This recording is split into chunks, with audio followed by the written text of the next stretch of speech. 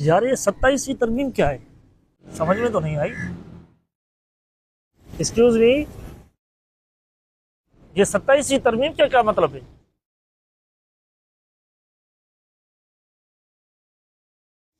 भाईजान 27वीं तरमीम का पूछा है।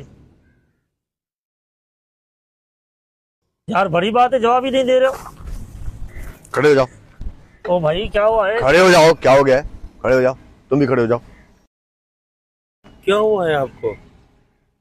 सवाल नहीं, सवाल ही तो पूछा है। बैठ जाओ, अब बैठ जाओ, तुम भी बैठ जाओ। नीचे बैठो, नीचे बैठो, नीचे बैठो। भाईजान नाराज क्यों हो रहे हो? चुप, तुमसे पूछा।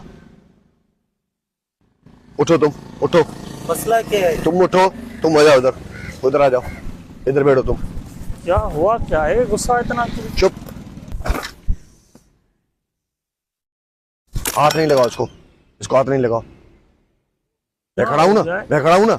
जी जी बिल्कुल। मोबाइल को रखो, रखो, चुप। बात करने।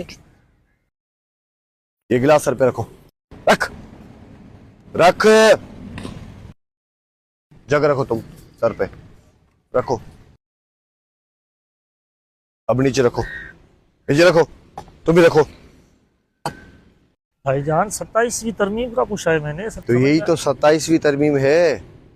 आप अपनी मर्जी से कुछ भी नहीं कर पाओगे। अस्सलाम वालेकुम।